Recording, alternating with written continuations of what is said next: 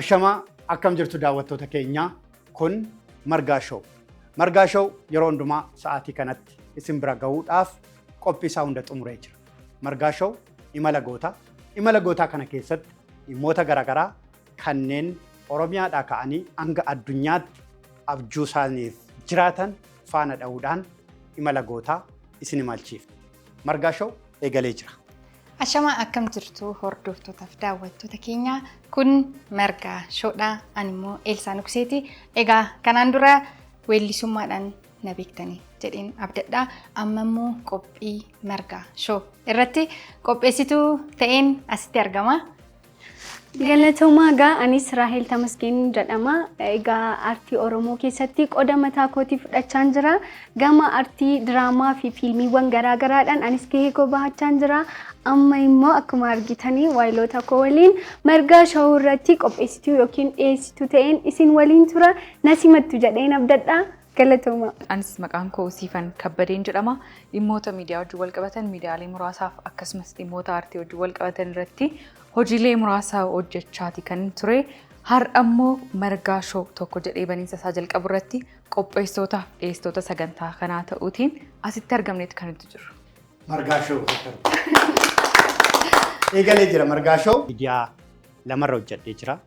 OBN irra gara waggaa 6 OBS irra immoo gara waggaa 10 oliif walii galatti gaazexeessummaadhaan waggaa 18 hojjechaa tureera. Gaafan show mataa kiyyaa banadha jedhee yaadu dhimmoota garaagaraa sammuu qopheessa ture. Showwan addunyaa kanarra jiran kan biyya kana keessa jiran muuxannoo show irra jiru. Show kanarratti immoo namoonni akkamii akka argaman yaadonni achirratti ka'an yeroo baay'ee guyyaa tokko Margaan show banadha jedhee kana yaaduuf sababa kannaa ta'an keessattuu immoo dubartoota baay'ee nawwa show irratti miidiyaa irratti dubartoota baay'een jaaladha. Maaliifan dubartoota miidiyaa irratti hawwaa tokkoffaa dhiironni fuulli isaanii diriiruu dhiisuu danda'a. Wanti isaan haasaan akka dubartootaatti mi'aawuu danda'u dhiisuu danda'a. Bifti namaa miidiyaan footojenik waan jedhamu of keessaa qaba. Footojenik jechuun nama keessaa bareeda ta'e, nama keessaa filatamaa ta'e, nama keessaa beekumsa qabu, nama keessaa wayyaa qabu gara miidiyaatti kan dhufu addunyaa kanarra. Amma garuu abbuma feetu gaazexeessaa ta'uu danda'a, abbuma feetu hojjechuu danda'a. Garuu ergaan koo inni guddaan maali? Yoomi dubaroonni Oromoo show gurguddaa irratti bahanii isaanis waan keessa isaanii jiru, waan keessa Oromoo jiru, waan keessa biyya kanaa jiru dhiyeessu waan jedhu sammuu koo keessa ture. Kanaaf gaafan jalqaba show yaadu nama wayiitu ture sammuu koo keessa. Nama wajjin hojjedhu wayii, dubara wayii, dubartoota wayii kan ogummaa kana nafaana gaachanannaa waaleessan jedhee yaadaan ture. Gaafan dhufee dhumarra ga'u garuu isiniin argadhe. Wanti Margaa Show adda godhu Eelsaan weellistuudha. Raahel immoo dhimmoota aartii fi diraamaa fiilmii wajjin wal qabatu hedduu isaa hojjechaa turte. Ati immoo akkuma sila dubbattee dhimmoota miidiyaa wajjin wal qabatan irratti waggoota hamma kanaa muuxannoo qabda. Anis gama kootiin dhimmoota miidiyaas ta'e dhimmoota aartii muraasa hojjedheen jira. Kanaaf iddoo kana dhufanii wanta dhaban tokkoyyuu hin qaban. Ogummaa hundumaa irraatii isaaniif dhiyeessaa akka isaan nu wajjin bashannanan bohaaran gochuudhaa fi qophii hunda xumurree tokko jennee eegalleetu jira. Garuu gaa hundumti keenya ogummaa keenya qofa ibsine Eelsaan jalqabbii irratti akkuma kaaste an weellistuudha jetteema. Obbiraatiin nu deebiste an weellistuudha. Har'a immoo jalqabbii Margaa Showdha. Baniinsa irra jirra. Kanaafiyyuu sagalee miidhagaan qabaa. Maaliifan siniin sirbuu otoo nuun hin jedhin waan dabarteef komachuun koo rakkina qaba. Ayyee rakkoon qabu galatoomi Siifiyee. Egaa akkuma jettee dhugaadha sirna baniinsa Margaa Show. Sirna jechuun qophii show jabaa booda irratti waan sirriitti mari'annu ta'a. Isuma waliin wal qabsiisee sirnuma baniinsa isaatiif waa tokkoon sin jedha. Halkan guyyaa ni jarraa nan baddu dhiisee ka'us waanuma keenya yaada takkitti kan dur dabarsine mudoo keenya yaadadhee tane gadda. Eessa sinii ga'u. Asirra kan nuti jirru istiidiyoo Margaa Show keessa jirra. Guddaa galatoomi. Mukti tokko hin aarus hin boba'us jedhanii haasaa yeroo baay'ee. Qophaa koo osoon taa'ee keessummaa wayii as kaa'ee nama lama taanii haasofne hin bareedu. Namni immoo wal faana bareeda, namni immoo waliin bareeda. Margaan waan dubbatu qaba. Carraa argannaan. Eelsaan waan dubbatu qabdi carraa argannaan. Raa'elis akkasuma, siifanis akkasuma. Biyya lafaa kanarratti namni carraa argannaan waan jedhu qaba, waan dubbatu qaba. Kanaaf isinis waan jettan qabdu jechuudha nafaan. Kanaaf Margaa shoo imala gootaa dhimmoota gurguddoo lamarratti baay'ee xiyyeeffanna.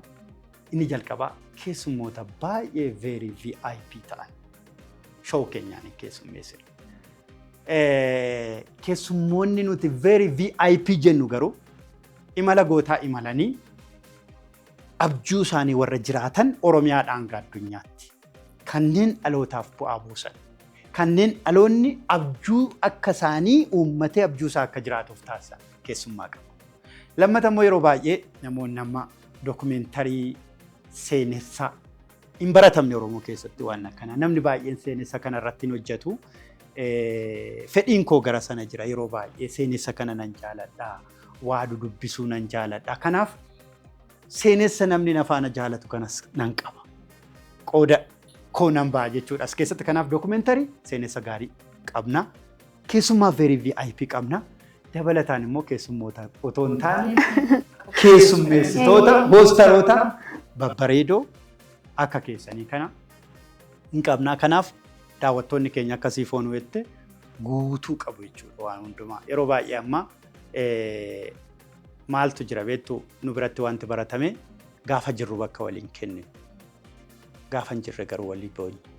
Fakkeenyaaf amma Eelsaa yoo fudhanne guddina mataa ishiitii qabdi, ulfina mataa ishiitii qabdi, kabaja mataa ishiitii qabdi. Aartii qofaan jiraachuu nama danda'udha. Barattees nama digirii qabudha. Hojii dhiiftee nama sagalee hin qabneef hin sagalee ta'a jettee aartistii taate. Amma immoo gara kanatti waliin dhufne jechuudha. Raa'elis yoo fudhanne diraamaa hojjetti, fiilmii hojjetti, walitti dhiyoodha ogummaan kun beekaa.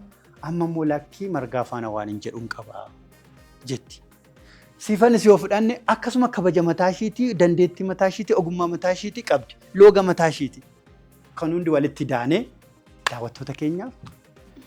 Dhugaadhaan wal gargaartee harba hiitiisa jedhamu sana taa'aa jechuudha. Dhugaadha.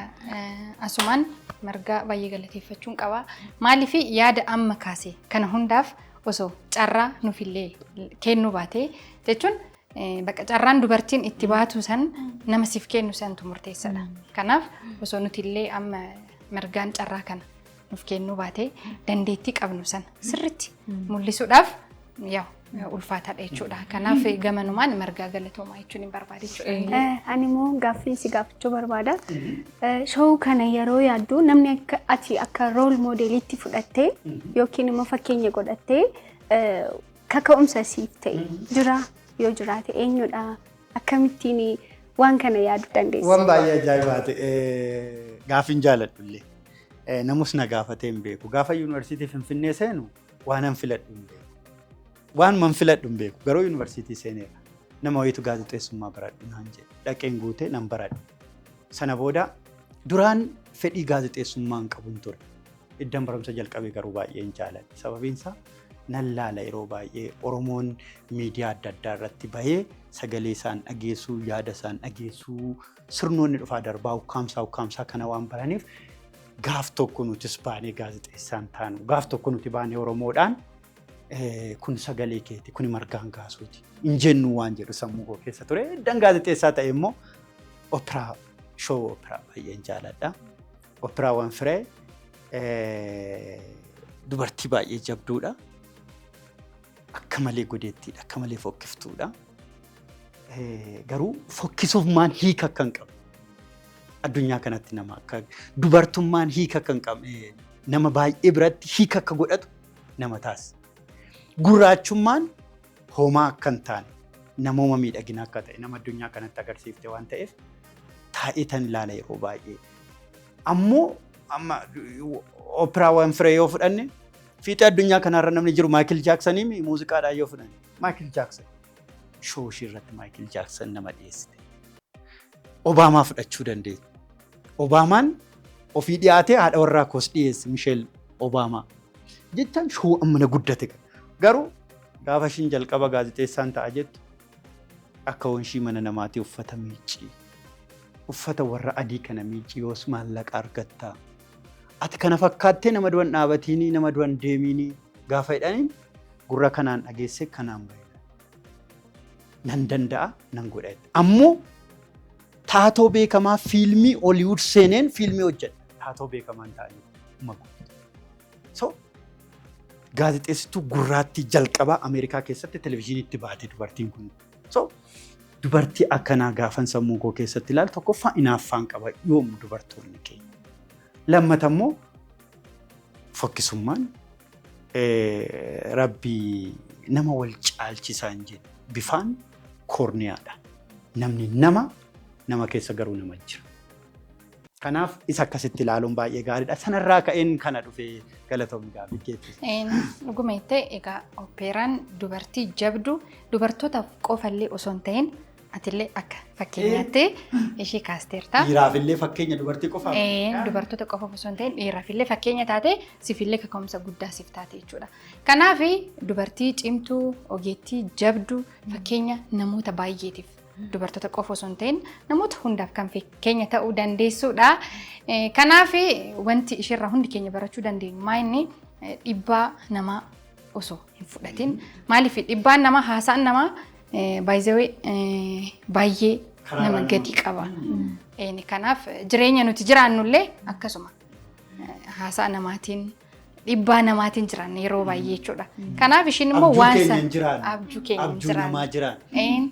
Kanaaf isheen immoo waan san dhibdee amma kana akka addunyaatti beekamtii guddaadhaan fakkeenya namootaaf ta'uun ishee fakkeenya gaariidha. Yaada Margaan amma kaase irrattis Eelsaan kaaste irrattis dhimmi iddoo kanatti amma kee dhimma yaada afaanii qofa otoo hin taane dhimma shamarrummaan jira, dhimma koorniyaan sun jira, dhiibbaan gama sanaan dhufu guddaa akka ta'e maatiirraa kaasee hawaasa nuti qabnurraa kaasee namni isa keessa kee jiru caalaa isa bakkee kee jiru irratti akkam ejjennoo akka inni qabu ilaalcha akkamii akka inni qabu as biratti baay'ee ka'eeti kan inni jiru.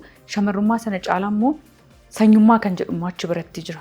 Gurraacha ta'uun ishee iddoo sanaa dhufuun ishee bifa akkasii qabaachuun ishee dhiibbaa guddaa irratti geessee jira jechuudha. Kana dandamatanii iddoo sana ga'uun immoo tokkoffaa carraa rabbi namaa kennuu fi dandeettii ofii ittiin baasuuf dhamaatii godhamu sana irrattidha jechuudha.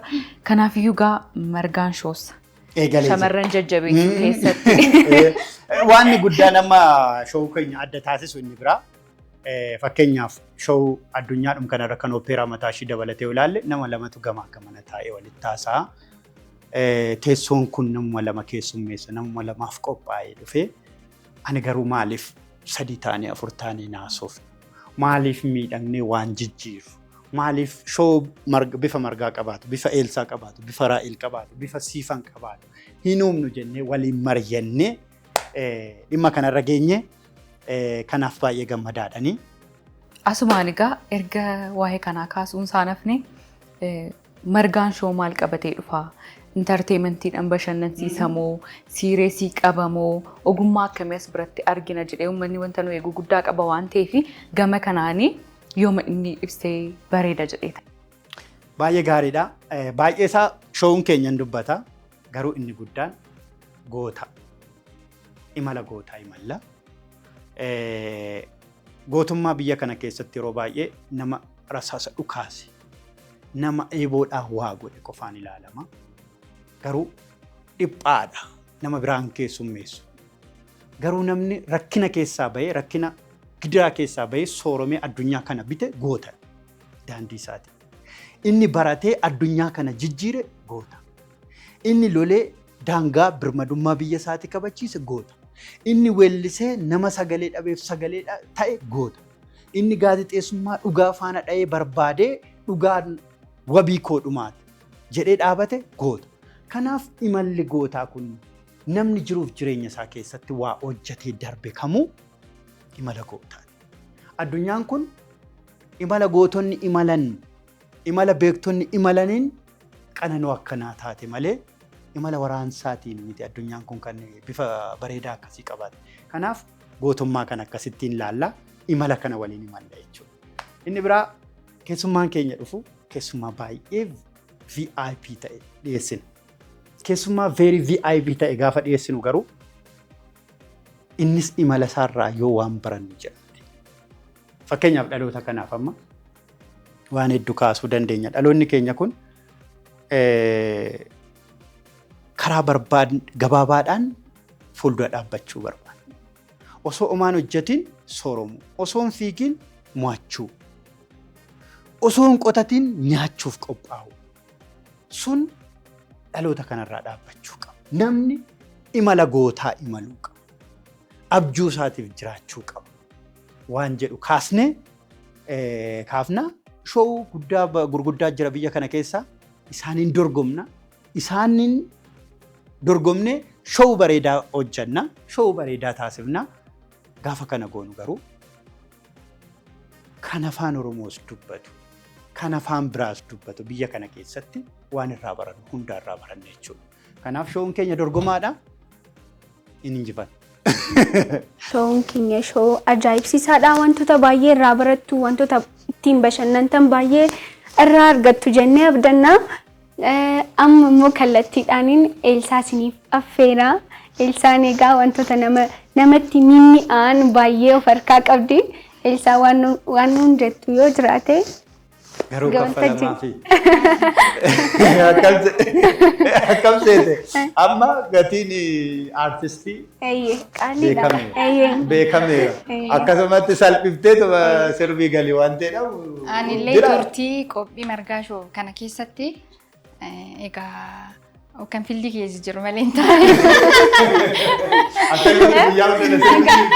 Egaa silaa ani osoo steejiin keenya bal'aa ta'e tiyaatira babbareedaa aktiingii babbareedaa kan ta'e garuu amma sana gochuu hin danda'u waan ta'eef iyyuu. Ayyee rakkoon qabu hordoftootaaf daawwattoota keenya kun qophii margaa shooti. Sirna baniinsa margaa shoo waan ta'ellee har'a hin dadhabu rakkoon qabu dirqama. Yommuun taa'ee si yaadu aanaa na dallansiisa waggaan si argadhu yaa gurbaa na gammachiisa. Yommuun taa'ee si yaadu aanaa na dallansiisa waggaan si argadhu yaa gurbaa na gammachiisa. Singaa. Jalqabdee. Irrumaa kicha. Itti deebina. Kan isin daawwachaa jirtan kun margaa shoo. Keessummoonni koo kun garuu keessummootan se'inaa. Keessummeessitoota kooti. Hoostarii kooti. Na faana jiru. Yeroo hundumaa nu faana bu'a. Eessayyuu hin dhaqina. Kun margaa shoo. Akkuma jalqabarraa kaasnee irratti dubbachaa turre sirna baniinsa margaa shoo tokko jennee eegalleetu kan itti jiru.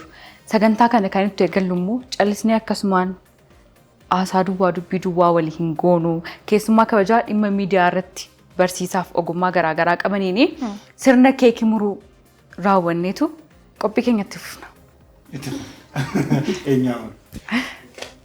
Keessummaa kabajaa keenya.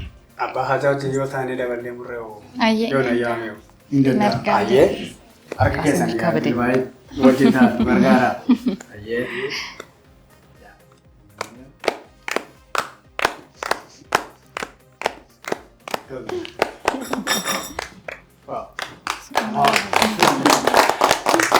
Akkaataa kanatti tokko jennee margaa shoo eegalleetu kan itti jiru.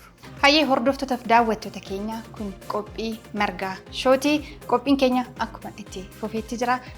Egaa keessummaan keenya eenyu kan jedhu of nu ibsanii ta'a. Inta. Ofiin of ibsi. Ayyee. Eelsaa hedduu galatoomi. Isaan gusee weellistu. Bareeda walloo. Bareedni walloo na kuusaa. Hayyee. Ani Lataa Dhugumaan jedhama. Gaazexeessaadha. Gaazexeessaa warra buleeyyii warra xinnoo mataatti goofaree filachaa turedha jechuudha. Kan biraa barsiisummaarraan jalqabe gaazexeessummaatti galiin barsiisaan ture. Barsiisummaarraa ogummaa gaazexeessummaa keessan ture gara waggaa 9 walakkaan hojjedhe. Sanatti aansee immoo gara barsiisummaa yuunivarsiitiin ce'e.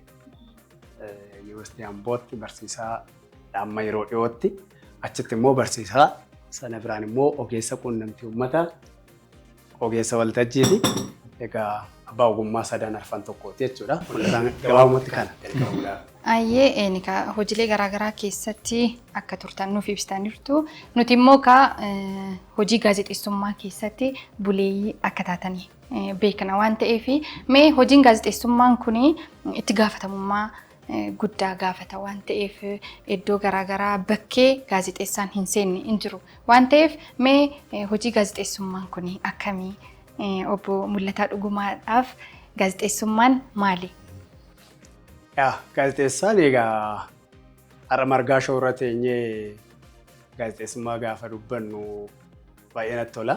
Duraan dursee garuu obboleessa koo Quxisuu duuka buutuu ogummaa kootii warra dabalee na harkaa fuudheen baga gammaddee baga istuudiyoo kanas sagantaa kanas banachuudhaaf waaqayyo isa qaqqabsiisan jedhaan karaa kanaan gammachuu koo kana ibsitanis hin gaafatan wajjin ta'uudhaan. Karaa biraa akkuma asitti argaa jirru margaa shoo duuba keenyaan ifaa jira. Margaa shoo qofa otoo hin ta'in margaan margaa ta'ee mul'ata. Argitu yoo ta'e margaan shoon afaan Ingilizii ta'ullee kan inni barreeffame qubee afaan Oromootiin hiika qaba. Kana akka kootti shoo qofa irratti otoo hin ta'in Oromoon maqaa isaa barreeffatu qubeedhaan barreesse sagantaa isaa irrattis maqaa isaa keessattis akkatti eenyummaa isaa afaan biraa keessatti illee guddifachuu agarsiifachuu danda'a kan jedhu amantaa qaba waan ta'eef kun akka kootti anaafis ejjennoo kooti maqaa ijoollee kooti illee qubeen barreessan Ingiliffa keessa galchan fakkeenyaaf margaa shoowuun akkasumatti margee lalisee itti hafuuf kan jedhuun hawwii koofsuuf barbaada. Gara kan kootitti on deebi'u gaaffee tanaa kaastee fi gaazexeessaanii eenyu kan jedhu gaazexeessaanii isa beeksisuudha. Ergama gaazexeessummaa keessattuu ergamoonni gaazexeessummaa sadii jiru. Isaan bu'uuraa sadan. Margaan na gargaaruu danda'a. Gaarra kophaa koonaa sa'u inni sogeessa waan ta'eef jechuudha. Sadan kun inni tokko odeeffannoo kennu. Odeeffannoo kennuudha. Oduudha. Odeeffannoon oduu ta'uu danda'u maali jedheetti odeeffannoo kenna. Inni lammataa beeksisuudha. Inni sadaffaan bashannansiisuudha. Kanaafuu gaazexeessaan wantoota kana sadan qabatee isa hin beekne kan beeksisu, isa hin dhageenye kan dhageessisu, isa odeeffannoo kennee bashannansiisu, isa immoo dhugaa baasee isa dhugaasaa dhabeef dhugaa agarsiisu, isa sagalee dhabeef isa sagalee ta'uudha gabaabumatti jedhee nama waan ta'eef gaazexeessaan jalqabumaaf yoon kana jedhe gaanatti fakkaata. Galatoomaa gaazexeessummaa keessatti waggoota dheeraa lakkoofsiseera. Barsiisummaadhaanis akkasuma dhalootaan itti qaraa jira nuun jettaniitu. Egaa turtii gaazexeessummaa keessa turtan keessatti wantoonni isin mudatan baay'eedha jedhee yaada. Chaalenjiin baay'een hin jiraata. Wanta tokko injifachuudhaaf tattaaffiin isin gootanii darbitanii jiraata. So mee aarsaan gaazexeessummaan nama kafalchiisu yookiin immoo gaazexeessummaa keessa wantoonni kun jiru jettanii wantoota yaaddan gabaabumatti aarsaan gaazexeessummaa maalidha? Gaazexeessummaan wantoota dura kaase sadanirraa wal qabatee amala mataa isaa qaba beektaa? Gaazexeessummaa namoonni baay'een loltuu wajjin wal fakkeessu.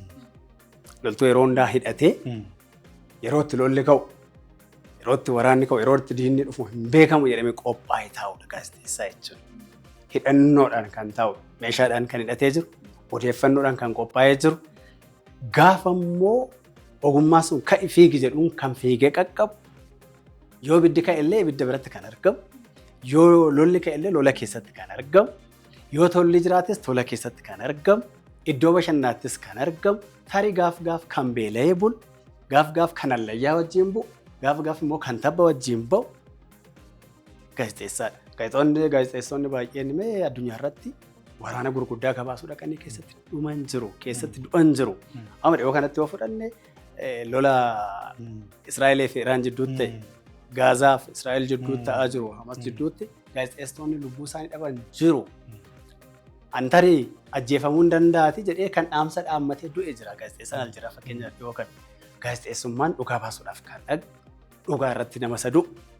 Gaazexeessaan isa immoo gaafa warra sagalee dhabaniif sagalee ta'uudhaaf hojjetu waan ta'eef aarsaansaa yeroo tokko amma lubbuu dhabuutti kan nama geessisudha. Gaaf amma beela'uutti kan nama geessisudha. Gaaf immoo buutee baatee miilaa luqqaatee dafqa fixattee kan itti galtudha. Gaaf immoo isa hojjette, isa qophaa'e, isa dhaggeeffatu, isa dooqqatu biraan gaafa geessu immoo kan itti bohaartu, itti gammadduudha kan jedhu namana. Aarsaa kanas gammachuu kanas of keessaa qaba gaazexeessummaan. Mee asirratti waan yeroo baay'ee gaazexeessummaan kun ogummaadha, kennaadhallee.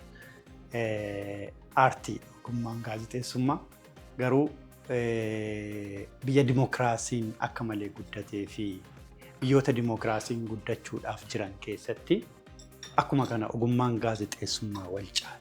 Mul'ina gaafinsii qabu jalqabuma Oromoo biratti miidiyaan maali? Sana booda Oromoodhaaf miidiyaan kana yoo jenne immoo ilaalcha Oromoo miidiyaadhaaf qabu maali kan jedhu kana too kaafne. Sababiinsa show Margaati. Waa'ee hawaasaa haasofna, guddina hawaasaa haasofna, imala gootaa imalla. Goonni immoo imala daandii mataa isaatii qaba. Gar sanatti deemna waan ta'eef mee waan kana too kaafne natti tola. Gaaffii baay'ee namatti toludha. Gaaffii namatti irratti irraa haasofni jedhee jaalladhudhas.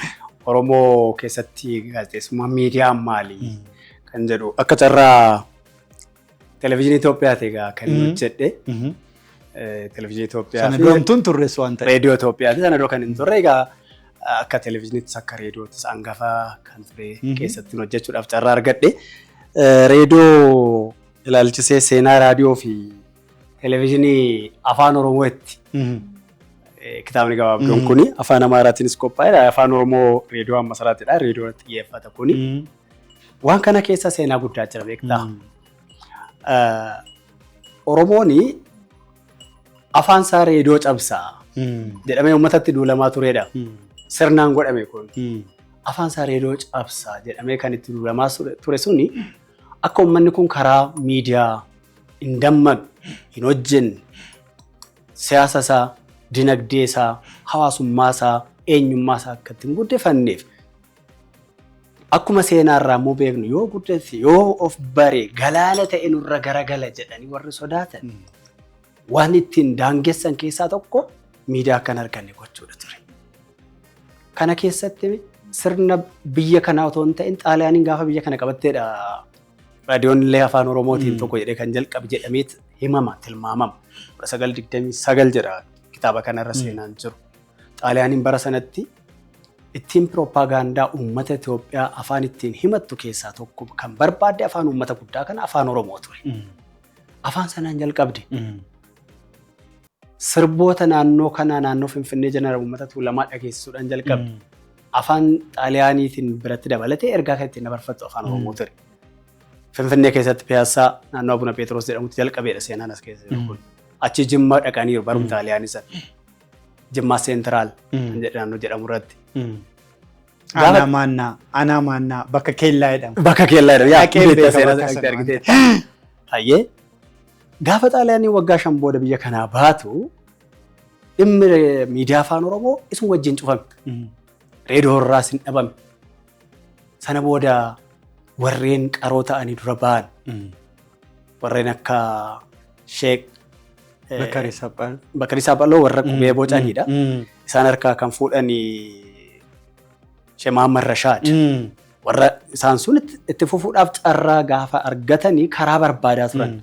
Carraan Sheek Dr. Mahaammad Rashaadii argatan Ijipti Kaayirootti barumsa argatan. Barumsa amantiitiif deeman. Garuu yeroo sanatti iddoo baratan sanatti afaan adda addaa qorannoo isaanii uummata biraan ga'uudhaan tamsaasuudhaaf afaan mataa isaanii fayyadamu turan. Afaan Oromootiif mee carraa nuu kennannaan isinoo qubee ittiin barreessan hin qabdanii jedhaman. Seenaa kanatas keessa jira. Sana irra darbaniitu Sheek Mahaammad Rashaadii kan Bakkarii Saaphaloo jalqaban afaan Oromoo sana madaqsuudhaan hojjechuuf gaafa jalqaban Ijipti keessatti afaan Arabaatiin hojjettu malee jedhamanii dhoowwaman jedha seenaadha kuni. Sanarraa ka'e afaan Arabaatiin qubee afaan Arabaatiin afaan Oromoo sanaan hojjechuudhaan miidiyaa irratti hojiin jalqabame. Badaan turre achitti itti fufuun hin danda'amne badaan milkoofne achitti.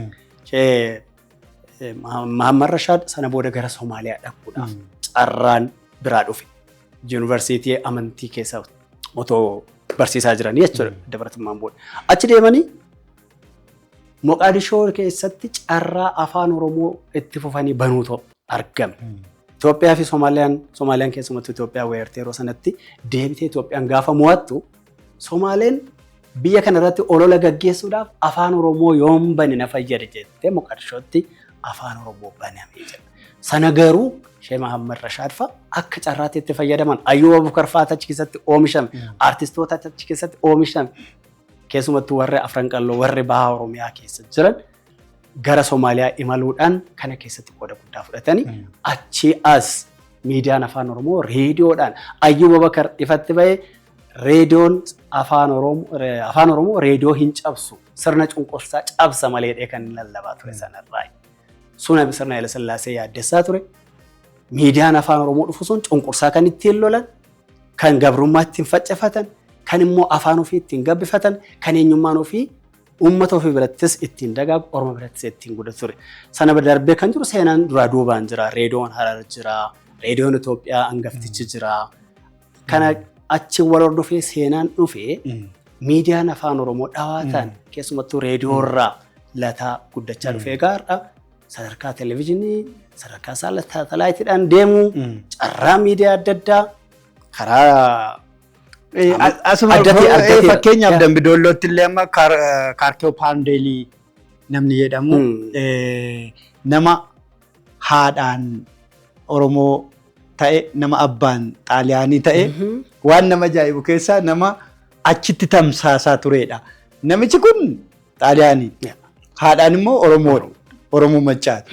Garuu namichi kun afaan Oromootti hiikee osoo kan Jimmaa aanaa maannaa bakka keellaa jedhamu sanatti hin eegalin durallee nama jalqabee sababa kanaaf Haile Sillaaseen qabee hidhee waan baay'ee of keessaa qaba. Mee isayyuu biraa darbinuuti mee amma immoo fakkeenyaaf guddinni miidiyaa dhufeera. Oromoonis itti fayyadameera. Afaan isaa ittiin guddifateera. Qabsoo isaa ittiin dhiibeera. Sirriitti tolchee. Ijoollee itti qarateera. Gaazexeessitoota imala gootaa imalan. Fakkeenyaaf kan akka Abuubakar Musaa fa'aa kaasuu dandeenya. Nama seenaan hin daganne. Nama aarsaa guddaatti kaffalee aarsaa gaazexeessummaa keessa jiru kaasuu gama sanaanis jira goonni jechuudha. Gootaa imala gootummaaf jedhee galaana keessatti awwaalamee ajjeefamedha Abuubakar. Kanaaf mee amma fakkeenyaaf mee shoowun amma immoo dhufee jira. Fakkeenyaaf sa'aatii muraasarraa daqiiqaa muraasarraa gara sa'aatii 24 afaan Oromootiin tamsaasuu gara sanatti yoo deemne waan baay'ee kaasuu dandeenya. Shoowun kun garuu baratamaa miti Oromoo biratti. Shoowun kun yeroo baay'ee bashannana irratti waan xiyyeeffatuuf namoonni baay'een bashannana gaheera Oromoon qabsootti jira qabsootti irra jira yeroo dheeraadhaaf shoowun kun Oromoo biratti hin baranne. Amma garuu baratamaa dhufa. Kun guddina hawaasaati moo guddina miidiyaati moo guddina bashannanaati moo maal jechuu dandeenya? Wal keessa. Wal keessa akka koon. Hawaasa dammaqee, hawaasa baratee, hawaasa beekeeti. Waan ofii qabatee fuulatti harkaanfata beektee baradhaadha miti jalqaba. Dhaamsaa dabarru baradhaa hawaasni barate uummanni barate seenaa isaa gaafata kanan dhabe jedhee dubbatadha. Hawaasni dammaquunsaa tokkodha. Miidiyaan sadarkaa addunyaatti guddachuunsaa immoo hawaasni keenya sun uummanni Oromoo sana keessaa qooda fudhachuudhaaf uummanni barate sun sana keessatti dammaqee argame. Warra barateetu mee fuuldura deema. Warra kaanitti wareegamanii, warri kaanitti cabanii, warri kaan gaafatti itti miidhamanii midhaan dura geesse simbiratu nyaata akkuma jedhame warri beekee dura bahame itti aarsaa kaffalee hawaasni kun sadarkaa kanarra gahuu danda'eera. Sa'aatii 24 argachuun keenya yeroo dheeraa miti. Waggoota kurnan hin caalle. Sa'aatii tokkittiin reediyoon Itoophiyaa yeroo dheeraadhaaf dabarsaa ture. Iddoo adda addaatti tamsa'aa ture. Qicameen nuu kennama ture. Reediyoon isaa ta'u, televezyiiniin isaa ta'u. Sanumayyuu mee warri immoo isinitti guddateedhanii sirni gaafa nurratti hojjetu immoo sana keessaa bahuudhaaf tattaaffiin uummanni kun taasise. Inni barate isa wallaalaan beekaa wal qabate beekaa wallaalaa isaa gorse uummanni kun sadarkaa kanarra gaheera. Har'a sana gahuunsaa bu'aa miidiyaan fideedhase bu'aa beekumsi fideedhase qaroon fuuldura jechuu kooti. Kanaafuu shoowun har'a sadarkaa adda addaatti miidiyaalee adda addaatti jalqabamaa jiru kun akka afaan Oromootti reefudha. Irratti hojjechuu nu gaafata. Irraa fayyadamuu nu gaafata.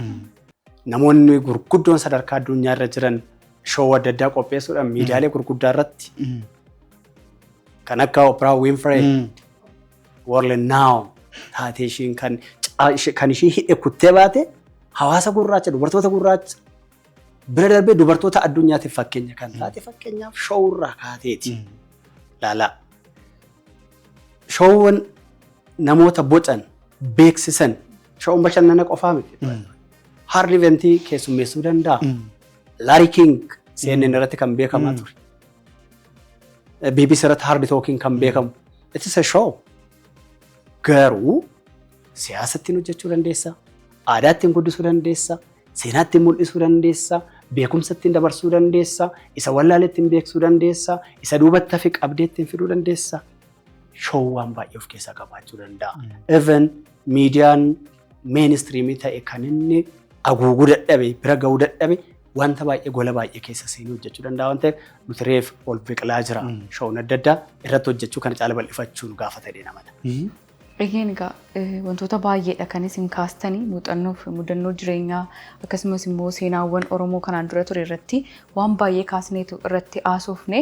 Egaan amma miidiyaan afaan Oromoo waggoota muraasaa asitti dhiibbaa afaan irra darbee kan diinagdee hawaasummaa hundasaa sana dandamatee dhufee as ga'ee nu bira ga'eera. Nuti immoo akka dhalootaatti akka namoota qubee jenereeshinii jedhamnee waamnu kanaatti dargaggoota irraa hawaasa Oromoo jiran irraati miidiyaa kana guddisuuf hagam dhamaa jirra. Ammayyuu hanqinoonni miidiyaa afaan Oromoo irra jiranii hanqina miidiyaa addunyaa irra jirurraa wantoonni baay'een isaanii duubatti kan hafanidha. Wantootumti akka kwaalitiitti kaa'amanii hanqinooti jiranii iddoo baay'eetti hawaasummaa keessattis akkasuma hiriyoota birattis wantoota baay'ee miidiyaa irratti argaa waan ooluu fi waan baay'eedha kan nuti waliin haasaa oollu waan ta'eef hawaasni maal gochuu qaba? Dhaloonni amma itti laatameen nurkaa gara fudhanne kun maal gochuu qabna? Isin immoo akka nama ogummaa kana keessatti barsiisaa ta'ee muuxannoo hojii waggoota hamma kanaa qabutti maal kaastu yaada akkamii qabdu? Hayyee dhaloonni qubee jenereeshinii yookaan dhaloota qubee jennu dhaloota waggoota 30 asiiti. Akka seenaa biyya kanaa keessatti argitu jechuudha. Dhaloonni qubee kuni biyya kanaafis Oromoofis dhaloota qoricha ta'a jedhamee irratti abdatameedha. Abdatamaa jirudhas kan dhugaadhaan mirkanaa'es jira. Kan immoo achi keessatti immoo qilleensa fuudhee raasis jira. Kun waa malee miti. Jalqaba irratti itti fayyadama miidiyaati. Miidiyaan hawaasummaa irra guuteera carraansaa. Miidiyaan hawaasummaa harka keenya irra jira. Miidiyaan harka keenya irra jira. Kan ammaa akka showutti qabannee jirru televezyiiniidhaan reediyoodhaan kan adeemu yeroo baay'ee mainstream miidiyaa idilee miidiyaa barame irratti kan darbudha. Haa ta'u malee sumayyuu fuudhanii teekinooloojiin baraa kennataadha. yuutuubiidhaan, tiiktookiidhaan wanti jedhamee yeroo ammaa kana isuma irratti hojjetame qilleensa irratti karaa sanaan upload gootee qilleensa irra oolchitu dabarsatu jira. Dhaloonni garuu keessa selective ta'ee ilaallachuu danda'u qaba.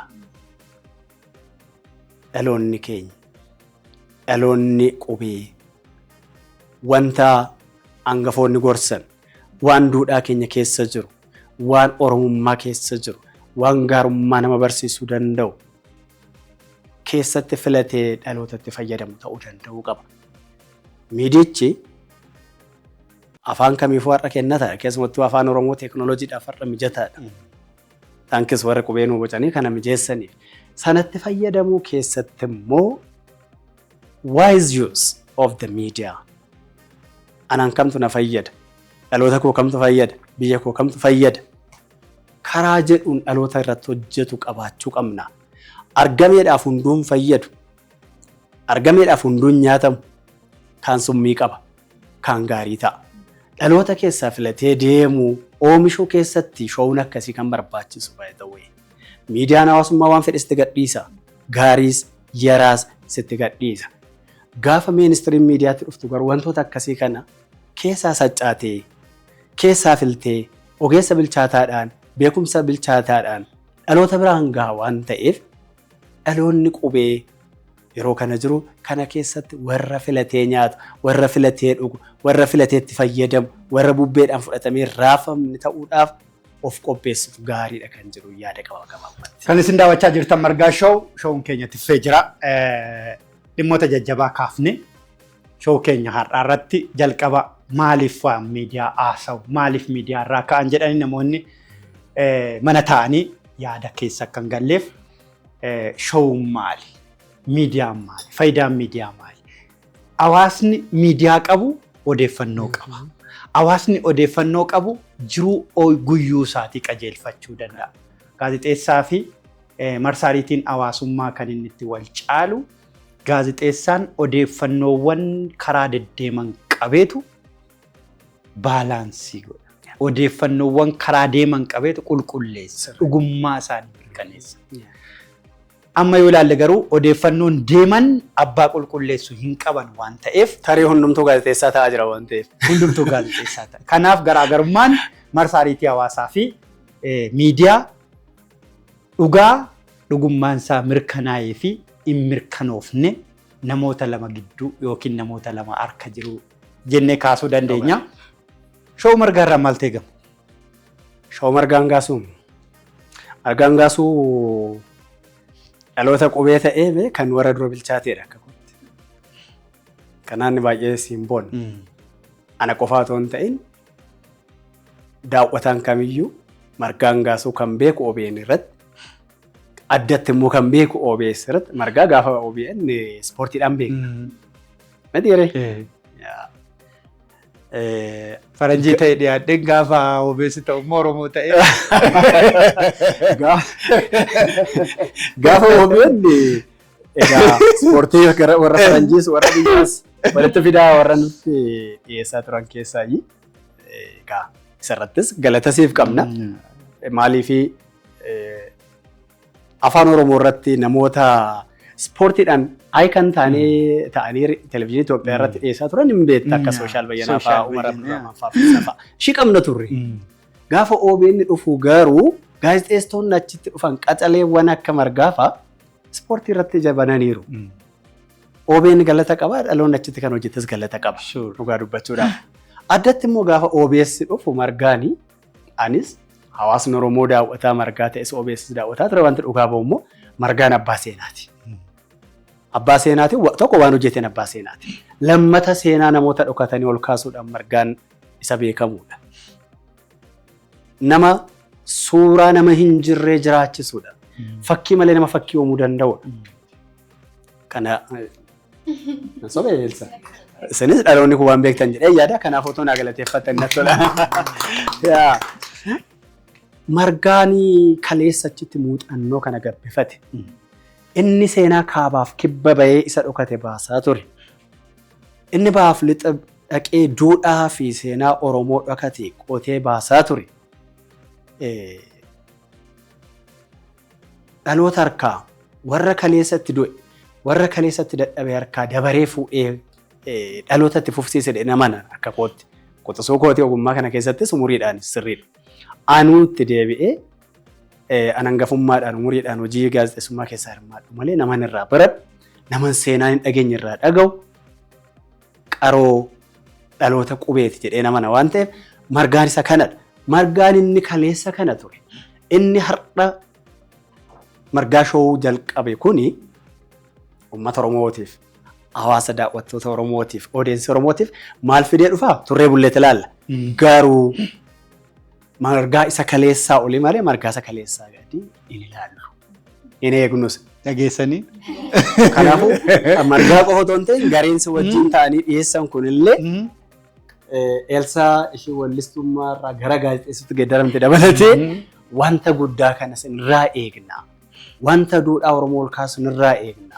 Wanta Oromoo keessatti kanaan dura hin tuqamne akkuma kaleessa Tigraay baatee raayyaa baatee buutee baatee fiddisana.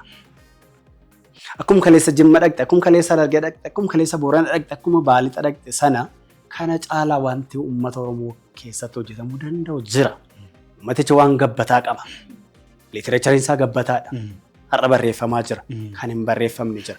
Kan barreesse dhiyeessanii, kan isan barreessan immoo barreessanii, seenaa dhokate kan qoratamuu qabu qoratanii mi'aa sana itti dabalee kana caala guddatee damma jedhee mi'aa akka dhiyaatu sirraa eegna akkuma dhaamsa walii galaatti jechuudha.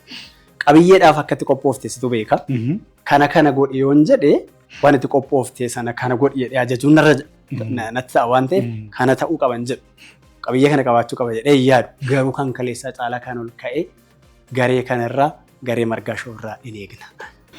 Galatooma. Sigaa akka tiimii Margaa Shootti yookaan qopheessitoota Margaa Shootti wantoota barbaachisaa ta'anii dhimmoota hawaasaa irratti, dinagdee irratti, siyaasa irratti, barnoota irratti waan miidhagaa uummati kun kanaan dura keessatti barate caalaatti bareechinee miidhagsinee fiduudhaaf qophii tokko jennee baniinsa isaa irratti kan nuti argamu. Enika sirreettee sifiyyee ani garuu obbo Mul'ataadhaan gaafii gaafachuun barbaade Margaa. Maaliif yaadni kaastan kun yaada bareedaa dhimma miidiyaa kana waliinis wal qabsiistanii akkasumas itti gaafatamummaan gaazexeessummaa akka isaan haasa'aa turan baay'ee ulfaataa akka ta'e nutti himanii jiru. Kanaaf mee turtii gaazexeessummaa keessan keessatti mudannoo addaa jettanii kan hin daganne osoo qooddattan natti tola akka kottee jechuudha. Gaazexeessaan mudannoo hin dhabu. Gaazexeessaan yookaan waan isa mudateerraa yookaan kan nama mudateerraa jechuudha. Gaazexeessaan mudannoo qaba dubbachuudhaaf. Fakkeenyaaf bara 1996 natti fakkaata. 1994 hanga 2094 gara jalqabate gara waggaa 9 fi ji'a 5 kan miidiyaa keessa hojjedhe. Ammas poteenshaalii fedhiidhaan yaadaan hojiidhaan yeroo tokko hirmaachuudhaanis ammas keessan jira jedheen fudhadha. Garuu waggoota sana keessatti televezyiinii Itoophiyaa toon hojjedhu, reediyoo Itoophiyaas toon hojjedhu waa lama tokkoon kan yaadadhu. Yeroo tokko uummata hongeedhaan miidhameef jedhameetu 96 natti fakkaata gara Fantaallee deemne. Fantaallee miti Mataaraa warshaa sukkaaraa Mataaraa deemnee dhiisifannee achi as baana. Adaamaa gallee buluudha karaa warri keenya. Idda sagantaa keenya raawwannee booda karaa gubbaa yoo geenyu nuti ibsaa alaalaa harka nutti qabe. Akka waan dhaabsisu. Hogguutti siqnu nama tokkodha garuu qawwee rarraafateera. Normaalii uummanni naannoo Fantaallee karaa sanaa beekamaadha. Qawween uleessaati waan ta'eef jechuudha. Garuu nuti halkanii naannoo sana jiraannee hin beeknu. Dhaabuu hin dandeenye. Itti siqnee itti ejjete konkolaachisaan keenya. Akka waan miilaan fiigee nu qaqqabu nuti dhukaasa jennee yaadne beekte sodaan irra dhugaa dubbachuudha. Aga daamaa geenyutti illee ani nama ni beekte. Ofirra garagalaa ilaala.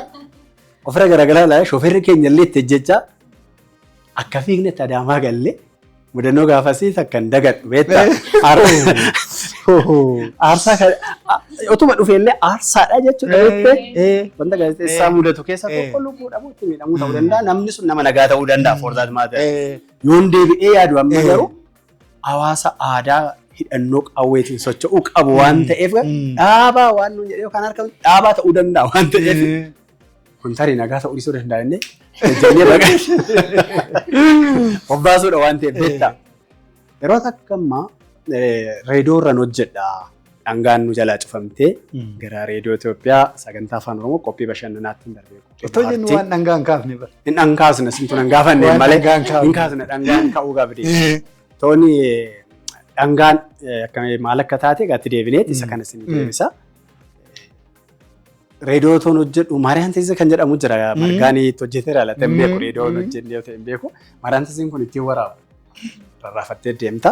Flaashii fudhata beektee yookaan diiskii hard disk fudhata.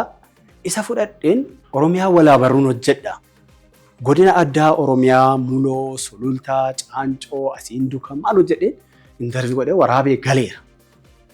Waraabee galee kompiitarratti garagalchineet adoobeedhaan ediit goona. Adoobee ediit gochuudhaaf kompiitarratti garagalcheeranii namni biraatti hojjechuu qaba abbaan dabalee beektee. Nama biraatiif kennuudhaaf irraa haqama. Irraa haqama wanni san irraa. Edaa garagalchee kompiitararraa balleessa. Totally deleted. Gara aanaalee magaalota duukaa godina addaa jiran hoolota dabalatee gara aanaalee godina addaa keessa jiran gara 13-14 waraabe. Intarfiin aadaa fi turizimii irraa bulchiinsa magaalaa irraa qabadhu hunduu jira. Hundi isaanii bade. Maal godha gaazexeessaan kana? I was shocked. Nannee, but I was safe. Anis margaa kan biraati karaa biraati. Sana margaa kan biraatu homsiin jedhu. Barreessuun hin jaalladha. Seenessuun hin jaalladha. Mammaaksa hin jaalladha. Mul'ata abbaa mammaaksaa jedhameen beekama yeroo baay'ee biyya irratti. Manguddoo irratti guddattee naan jedhu. Gaazexeessaadhaaf illee dhaloota soft copy irratti qofa maxxanee yookaan immoo itti of gatee jiraatuuf illee dhaamsa naa ta'ee yaada. Yaadannoo qabachaa hin deematu gaafa sana. Fakkeenyaaf sulultaa ka'ee caancoo gaafan ga'u. Caancoo ka'ee muloo gaafan ga'u waan hin karaa irratti argu. Yaadannoo koo irratti barreessaan deema ture. Ija kootii waan hin argu. Wanta gaafan seenessu ofii kootiif itti galchee mi'eessuudhaaf tolchuudhaaf image creationidhaaf naa ta'a jedhee yaadannootti qabachaa deema waan ta'eef. Aanaa kana magaalaa kana namni interview godhus maqaa isaa qabachaa yaada isaa qabachaa deema man danda'e waan ta'eef. Muuziqaadhaan seenessuudhaan sagantaa yoo xinnaate aanaalee fi magaalota godina addaa jiran kafarnaa gochuu danda'u sababa yaadannoo qabadheef oole malee sagantaan qilleensillee duubaa ta'ee toole. Ajaa'iba. Nama gaafachiisan illee isaan hin beekanii mana miidiyaa keessatti daqiiqaa keenya deemaa jira garuu. Dubbii dhagaa garuu na jalaan irraanfate. Waan kallisin daawwachaa jirtan Margaa Show gaazexeessaa mul'ataa dhugumaarraa keessummaa godhannee dhiyeeffannee dhugaa dubbachuudhaaf eebba istiidiyoo Margaa Show akka eebbisaniif dhufne. Osoo keessummaa godhannee dhufne waamne garuu waanni akka aannanii elmatan baay'eetu jira waan hin sirriitti beekuufan waanni dubbisan irraa baay'ee jira waanni himamu keessaa'u kaayyoon numti Margaa Show imala gootaa isa kana dhaloonni bu'aa bayii namni kamuu darbe bahuu qaba bu'uu qaba dhaloonni abjuu namaaf otoo hin taane abjuu isaatiif jiraachuu qaba dhaloota abjuu namaaf jiraachuu deemu kana yoo ammaaf waliin sirreessaa hin deemne dhaloota abjuu dhabu taana jenneeti kanarratti kan xiyyeeffanne daqiiqaa 2 keessatti waan dhangaa. Dhangaan himee dhangaadhuma beektu jira. Umuriidhaan warri qaqqabdan dhangaa warra argitan dhangaadhuma maqaadhuma isheeti. Saamu'eel Dhaabaa faatee Namsisaa Maaruutii saafaan lafa dhaabame mi'eessee dhandhamatti godhee lafa kaa'e. Warra dabareedhaan wal harkaa fuudhee nutti dabarseetu dhangaa uume. Akka carraa ta'ee gaafa hojjennu ani kutaa hoduu gara waggaa 4 walakkaa yookaan 5 hojjedhe. Caasaan gaafa geeddaramuun kutaa dhangaa seeni warra akka Zinnaa Sholaanii fa'aa wajjin. Warra akka Ayidaa Kabbadaa fa'aa wajjin, Ahimad Mustafaa, Kaasuu Laggasaa fi kanneen biroo wajjin seennee hojjechaa turre. Gara waggaa 2 fi walakkaa akkas ta'u hojjedheera. Dhangaan mi'eenya ishii Oromoo kamittuu himuun barbaachisu. Anarra yoo dhangaan akkas qabdi turte jedhee isa beeku sanatti himanii wallaalaa fakkeessuudha waan ta'eef. Dhangaa sanatu gurra keessaa toonu mi'ooftu. Saatiin tokko amma suni amma saatii 10 taatee har'alee Oromoon qophii itti yaadatudha. Televezyiinii Itoophiyaa sagantaan afaan Oromoo ija banaa taatee dhiyaatte jedhee yaada. Gadaa birraa itti qophii jalqabdu sanarraa kaatee qophiin afaan Oromoo. Unlikely nurratti cufame. Gaafa nurratti cufamu barkumee kabajneet 99 jalee 2000 barkumee kabajaa baaneet otoo illee nutti himameen gaaf kana cufama sababa kanaaf cufama otoo nuun jedhi hooggansi bara sana ture 2002 barkumee wajjin kabajneef hin dheetu 2001tti afaan Oromoo fi afaan Tigree 2001tti wajjin hin ceenuu qofan nutti himame. Sababni isaa adda bahee beekamaa miti. ከዛሬ ጀምሮ ተፋተናል አማርኛadhaan akkatti nutti himame. Sanarraa ka'ee ijoolleen keenya yeroo sana warri achi turan hiddaasee ለኢትዮጵያ ህዳሴ ለኦሮሞ ህዝብ ትካዜ jedhaniit dubbatan. Seenaan kun as keessa jira. Uummata Oromootiif gadda ta'e haaromsi barkumeetti ce'uun jedhamee kan itti dubbannee keessa dabarreedha. har'a hunda sana dabarree televezyiinii Itoophiyaa isaatti 24 afaan Oromootti divoot gaafa godhu sana hin dhaalle, hin mo'anne, hin galfanne. Kanaafuu dhangaan kaleessaa sun kanaan dabarte dhangaa kanaan kana caalu jechuun hin danda'amu. Qophiilee akkasii fa'aa dhufee dhangaa nuu godha jedhee tana mana. Galatoomaa egaa waan baay'ee nuuf qoddanii barnoota baay'ee isinirraa arganneerra. Amma immoo anis dhaloota ammaatii ani maal gochuun qaba jechuun dhaloonni kun boriin isaa gaarii akka ta'uuf maal gochuu qaba? Dhaloonni kun imala gootaa akka imaluuf. Dhaloonni kun imala gootaa akka imaluuf seenaa gootaa dubbisuudha. Seenaa gootaa dhaga'uudha. Seenaan gootaa irra dubbifamaa jira. Barreeffamaa jira. Miidiyaa irratti jira. Margaanu tokko kana gochaa beek. Seenaa gootaa dhaloota dhageessaa ture. Seenaan gootaa sun gootaa affeereetii yookaan kana booda qophiin margaa shoonuu dhiyeessaa yookaan seenessuu akkasiitu kana caala gabbateetti fufaan hin beeku malee jechuudha. Karaa gootaa irra deemuudhaaf gootummaan karaa tokko qofa miti. Inni kan waraanee loleet goota ta'a. Inni kan hojjetee muyeetu goota jedhama. Inni kan baratee milkeesseetu goota jedhama. Inni kan lammiisa dura bu'eet aartiidhaan karaatti agarsiisee goota jedhama. Goonni waan hundaa. Abbaan keessan abbaan koonni qotee galchee beela nu baasus goota. Gootummaan sun kabajamuu qaba. Dooka buutuu qabaachuu qaba. Nama dabaree harkaa fuudhee boruutti itti fufsiisee dhaloota labatatti dabarsu ta'uu qaba. Kan harkaan wal harkaa fuudhee gootummaan dhaaltoo ta'ee dhaala ta'eeti dhaloota ammaatiin dhaloota keessaniin dhaloota egereetiin itti fufuu qaba. Wal dhaga'uu, wal dhaggeeffachuu, ilaan filaamiidhaan tarkaanfachuu, isa abbootiin jedhan, isa warri kaleessaa baratan barsiisan, seenaa hojjetan sana attamitti dabarsan jedhanii akeekkatanii ittiin adeemuu, duukaa bu'uu, faana sanarra deemuutu dhaloota gootummaatti deemsa kan jedhuun dhaamsa dabarsuu barbaada. Tole gaazexeessaa mul'ataa dhugumaa. Seenaa baay'ee kaasnee haasofneerra waan baay'ee irratti dubbanneerra affeerraa keenya kabajanii kiiloomeetira hamma kana imaltanii as istiidiyoo keenyatti argamtanii nu waliin turtii waan taasistaniif saaqiinsa kanarratti waan hirmaattanii fi asumaan guddaa galatoomaa isin jechuun barbaada maqaa Margaa Showti.